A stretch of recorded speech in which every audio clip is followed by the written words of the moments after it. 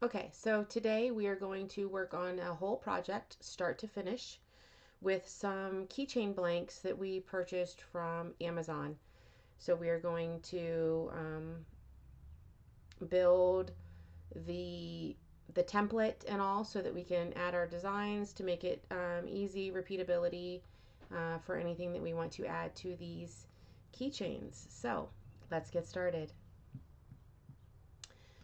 First, I'm going to start by drawing some shapes on the screen. Um, it doesn't really matter what size they are right now um, because I'm going to be measuring and then I will be altering the sizes. So I've got my calipers, or if you've got a really good detailed millimeter ruler, it makes things a lot easier to take some measurements. So this is a round keychain with an additional oval piece on the side. So right now I am measuring the round portion, and it is just a little bit smaller than 30 millimeters. So I am going to select my circle that I drew and make sure that this lock button is on so that it stays a perfect circle. And now I am going to enter the measurements from my calipers. And there we go. It changed it to the exact size that I needed. Now we are going to, and actually I'm going to delete that little oval that I drew, and I am going to draw a rectangle. Obviously that is far larger than I'm going to need because it is much smaller than the circle portion of the keychain. So now again we are, and this one's a little bit fiddly because it's so small. But we are going to take some measurements, and 23.88. So the width 23.88. Enter. Now I need to adjust the height of it, so I'm going to turn off the lock button so that I can change that measurement without altering the width. So now we are measuring that, and it is 7.93. So make sure that I have the height selected, 7.93, enter. There we go. We got those changed. Okay, now I am going to, let's zoom in on this stuff a little bit so that everybody can, I can see it, y'all can see it. Makes it a little bit easier. Now, each of these charms or pieces of the keychain has a circle on it so that it can, a jump ring can attach it to the keychain circle thingy. I don't, what is that part called? I don't even know. Anyway, so now I'm just going to measure loosely. This is just to get it close. So that's about, the circle, the hole there is about 3.5.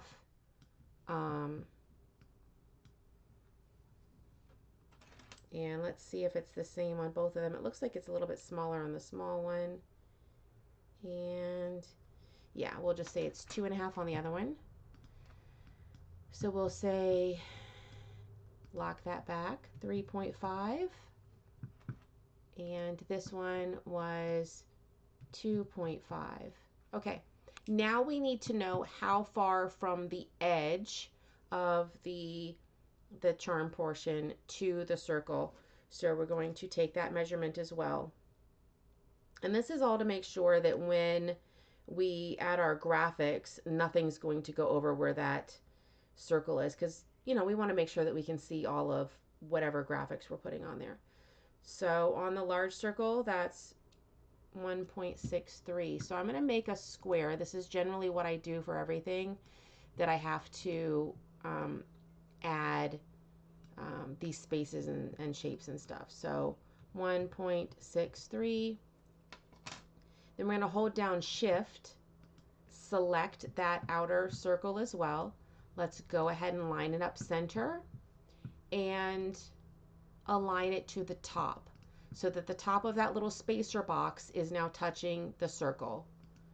We are going to line up the hole with the square that we drew. Now we need to put them together. And instead of just trying to slide them and hope that you get it, we're going to go over to arrange. You're going to go to distribute. And then you're going to go to vertically together, because we don't want them, you know, aligned at the top or the bottom or in the middle. We want them to align so that they're together and touching. So there we go. Now we have our circle. So let's just change these to red so that we can see it a little bit better. So this is the outer portion of that circle. This is the little hole so that you can attach the jump ring. And then that's just the space so that we know that was how far the circle was. So we're going to do the same thing over here. Let's go ahead and just change it to red. And we're going to start with just aligning it like that. Then I'm going to use my calipers again. Again, this is very tiny, very kind of fiddly. And you have that jump ring in there that complicates things just a wee bit. So 1.27. So I'm just going to take this box because I've already drawn it and Command D to duplicate it. Pop it in here. We are going to align it centered, and then we want it to align it to the left. So there we go. What was it? I have to remeasure. 1.27, I think.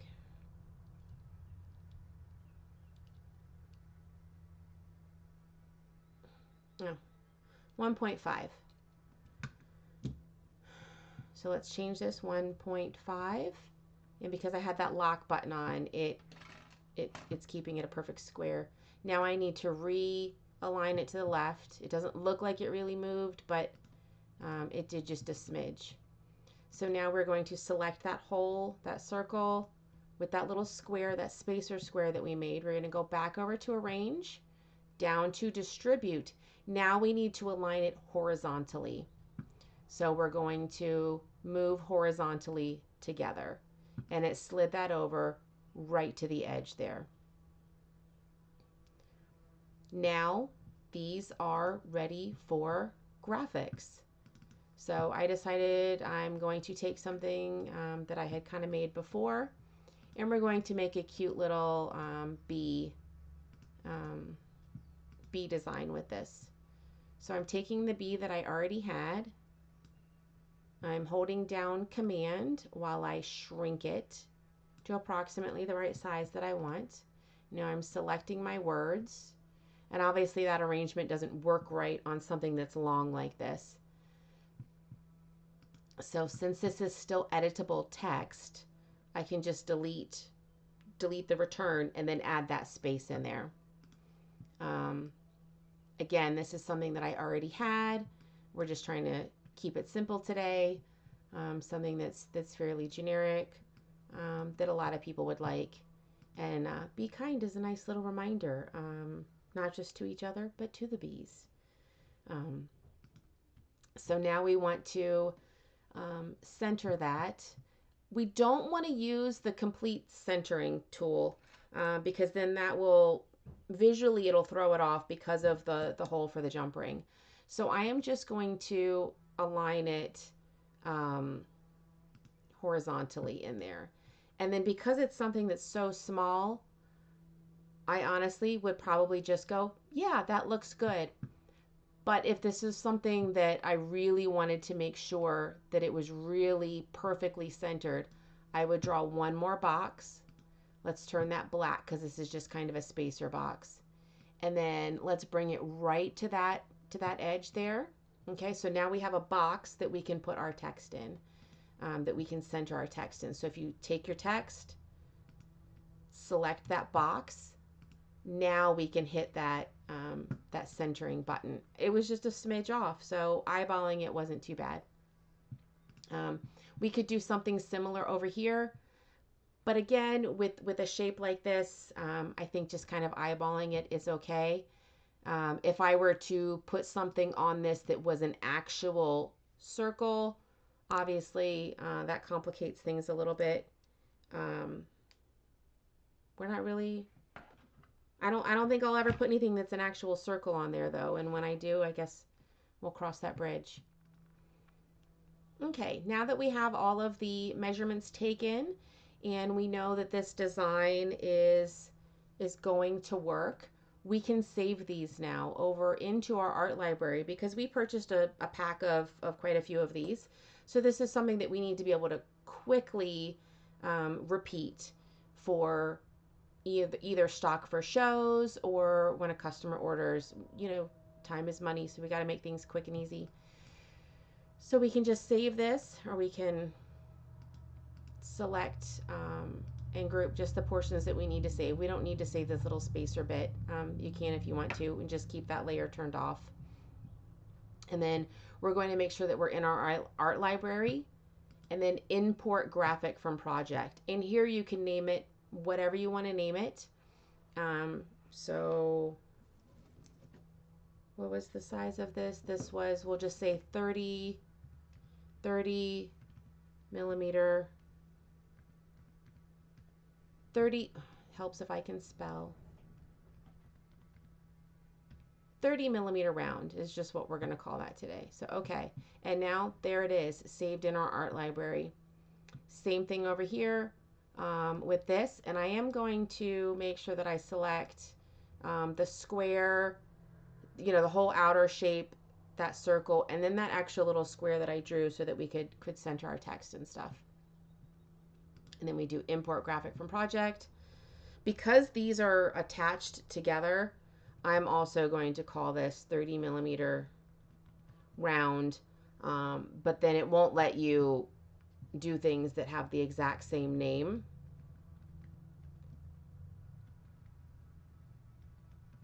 So then I'm just going to add charm, because that's kind of like the charm on the rest of the keychain, the round portion. And there we go. Now we have those added to our art library for easy repeatability. So now that the hard work's done with the design for Lightburn, it'll make my life easier to switch over and do this. So what I'm going to do is I'm going to start prepping this for the Thunder Aurora 8 100W MOPA. We may also do this as a UV project as well, and just incorporate it in, or do a second one. So I'm going to highlight the B, and then I'm going to hit P, and that should center it. Remember, with the fibers, or with the Galvos I should say, you always want to make sure that it's in the center of your working area. That allows you to optimize the lens and get a good engrave on it. So we've got this set here. We've changed it to purple. And I'm going to go over here and double check my parameters and walk through that as well and see what's there. So I know that I use purple. You can use any color that you want. I'm going to go over here to material library, and then I've got for stainless, I've got it black, and then I have one specifically annotated for the f160 lens. Should be black with minimal depth. So I'm going to highlight that, and then I'm going to assign, making sure that it's here. Because we keep the black layer off, I just needed to make sure that that's there, and then I'm going to flip back over to my laser. Now I'm going to turn the black layer on and the blue layer off, and we're going to move over to the Aurora and turn it on and get it set up ready to go. Okay, so we've moved over to the Aurora. I'm going to go ahead and turn the key on. I'm going to make sure that I'm hitting the on button. I can see that the on is flashing, so I'm going to hit the on button, and that makes everything work. I have my square or my 90-degree corner, as well as my clamps, so that when I start to work this, I can use the frame, set everything up for repeatability. Let's go ahead and start working on that now. I'm going to move back over to the computer. Let's move that camera in a little closer so you can see.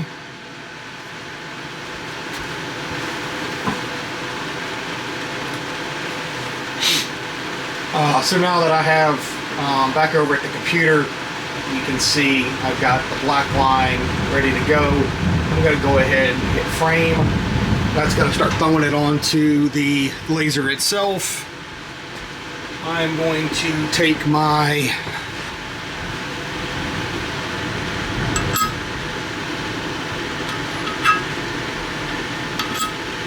keychain and I'm going to autofocus after I put it underneath the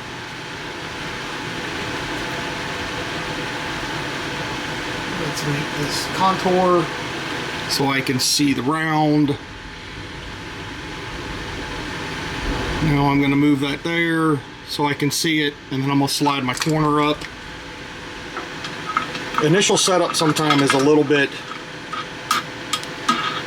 time consuming, but I find that taking the time to set everything up is so much easier when you have to do repeated engraves. If I was only doing one of these,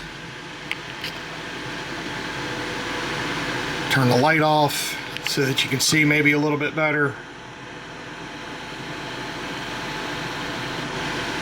See about zooming in, and I'll start adjusting the camera so that hopefully everybody can see the round marks, or the round framing I should say.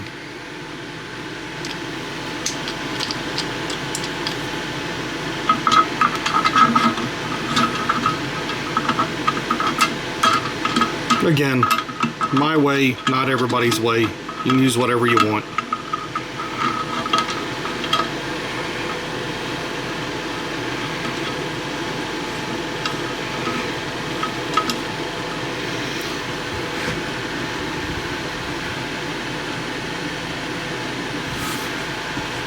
Sometimes, like I said,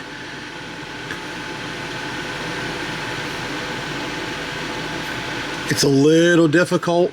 I don't know. I'll have to re-look and see what,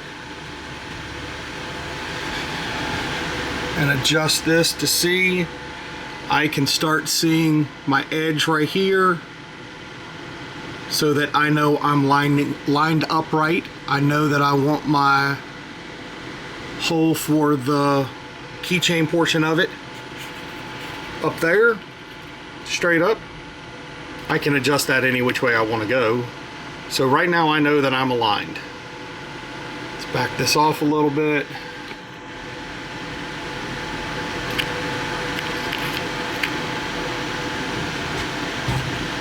Adjust the camera. As I'm back over here at the computer, I can close out of this.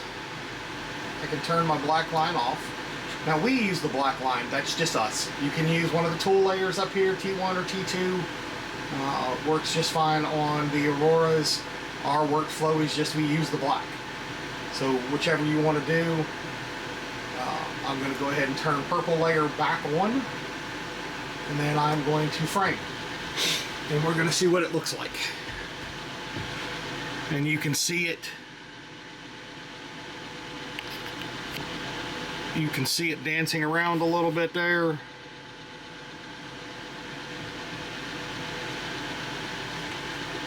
Now I'm ready to engrave. Let me double check real quick, just because I'm a little on the obsessive side to make sure that it's straight up and down like I like. And even if you're off, it's okay. Now, since I've already got it framed, I've already walked through the settings. But let's look at this again real quick from a settings perspective.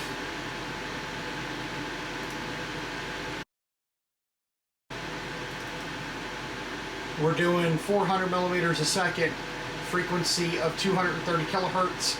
My Q pulse width is 130 nanoseconds. My max power is 20%. I'm running 1,000 lines per inch, and I'm on bidirectional fill. If I decide to choose crosshatch, then it would be a different look, or a different color, depth, whatnot. So right now I'm not using crosshatch.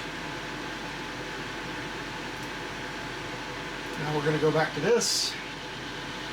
Now I have two options. I can push start from here, or I'm going to walk over here to the machine and I'm going to hit the start button.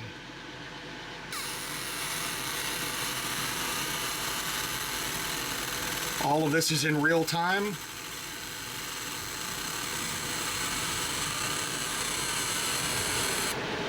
And it's done and over with. Close this out so the framing goes away, and then we'll take a peek and see what it looks like. Let's turn the lights back on.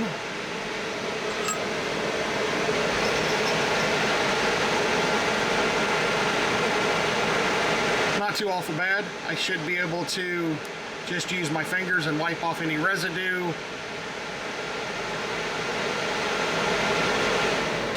And generally speaking, that's probably about the look I'm going for at the moment. So now we'll move along to the next portion of it.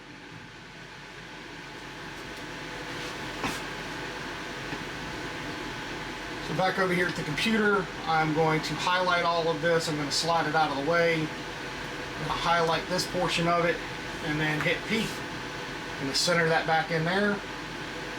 I'm going to grab my little piece that goes on the keychain and turn back on the black layer. Again, use the tool layer if you want. And now I'm going to frame. So you can see it now. Let's back this out a little bit. So you can see right here, I'm able to drop my piece in, and then I can hit autofocus, and it's autofocused. I'm not going to readjust my square because I'm going to line this up by eye.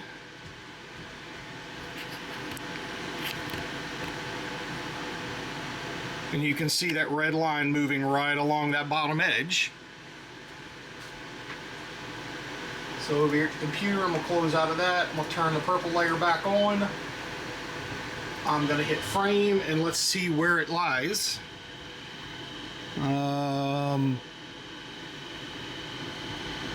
Now you can see as the framing's moving around where it's aligned at. I'm going to do some minor tweaks here.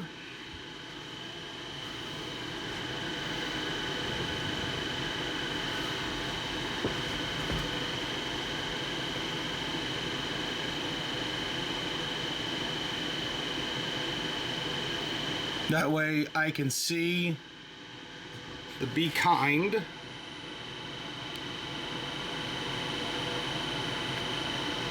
Probably get away with making it a little smaller if I wanted.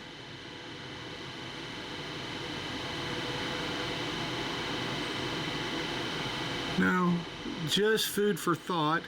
Be kind of careful when you're putting your finger on the stainless steel. Fingerprints will have the potential to alter the look of it. So right now I'm thinking that's where, let's turn the light off. I'm thinking that looks pretty good. So now I already know I have my settings, and we can hit the start button.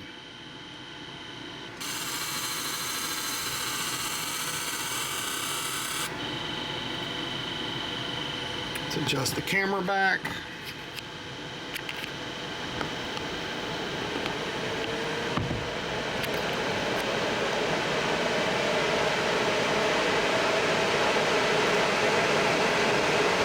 Let's take a look and see what it looks like.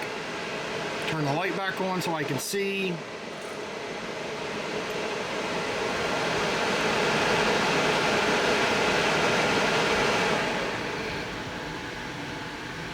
Let the camera focus on it maybe.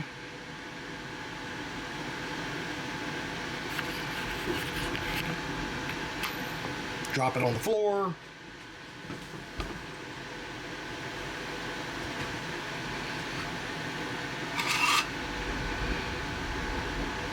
Of course, the camera's not going to want to focus, so let's make some adjustments here.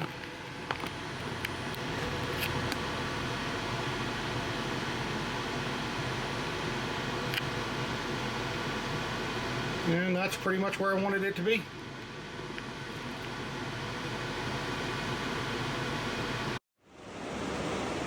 So now we have it cleaned up, put it back together so that you can see what the total or the whole thing looks like. Try to get it out of the,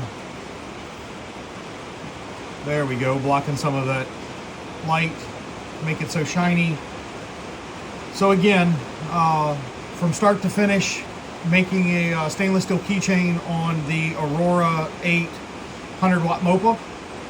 Same process works on any of the Galvos that Thunder offers or anybody else offers. If you have any questions, leave a comment. I'll try to do my best to answer them. Other than that, have a great day.